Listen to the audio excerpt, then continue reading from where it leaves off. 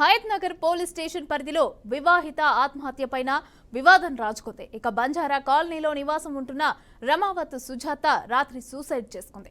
అయితే దీనిపైన కుటుంబ సభ్యులకు పోలీసులు సమాచారం ఇచ్చారు. అయితే సుజాత బంధువులు వచ్చేసరికి సుజాత డెడ్ బాడీని పోస్ట్ మార్టం కోసం ఉస్మానియాకి తరలించారు. దీంతో సుజాత బంధువులు హయత్ నగర్ పోలీస్ స్టేషన్ వద్ద రోడ్డుపైన ధర్నాకు దిగారు. తన కూతుర్ని వరకట్నం కోసమే చంపారు అంటూ బంధువులు ఆందోళన చేశారు.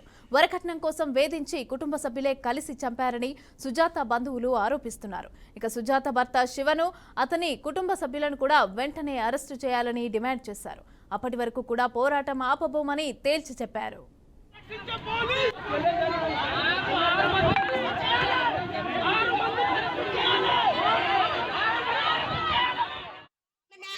వాళ్ళు ఉండేది ఇక్కడ బంజారా కాలనీ, హయత్ నగర్ బంజారా కాలనీ.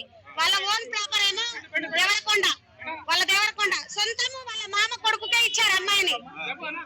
మామ కొడుకుకే ఇస్తే వాళ్ళ అత్త సంవత్సరంన్నర అయింది మ్యారేజ్ అయ్యి. సంవత్సరంన్నర నుంచి ఆమెకి 20 లక్షలు కట్నం ఇచ్చారు. మా బావ 2 ఎకరాల భూమి అన్ని. మరి ఆయన ఒక రైతు ఇంత కష్టపడి ఇన్ని డబ్బులు ఇచ్చిందని అంత అది లేకుండా ఆమెకు. అయితే ఇప్పుడు కట్నం ఇంకా ఎగస్ట్రా కట్నం కావాలని 6 months నుంచి ఆమెకు ఒకటే బాధలు, కొట్టుడు, భర్త, వాళ్ళ మరిది, వాళ్ళ అల్లుడు, ఆడపడుచు వాళ్ళందరూ 6 మెంబర్ కలిసి ఆ పాపని కొడుతుంటే అమ్మాయి స్టేషన్ పోతానేనంటే అమ్మాయిని పంపించకుండా నువ్వు ఇంటికి నడవని తోలుకపోయి ఆమెకు 2 ఎకరాల భూమి అమ్మేయాలి. నేను దండగా వరిస్తా, నాకు వద్దు అంటే నేను తోలుకోపోతా అంటే కాదన్నారు. దాని తర్వాత ఏమన్నా నిన్న సార్ 7 రోజులు ఆగురి సంస్థాను పని చేస్తాను. ఈ 7 రోజులు పని చేసేసి అబ్బాయి సార్ ఉంచను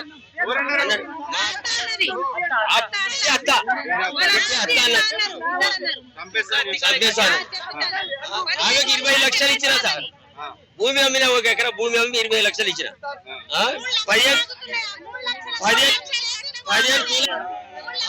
80 తులాలు ఎండి అందించిన సార్.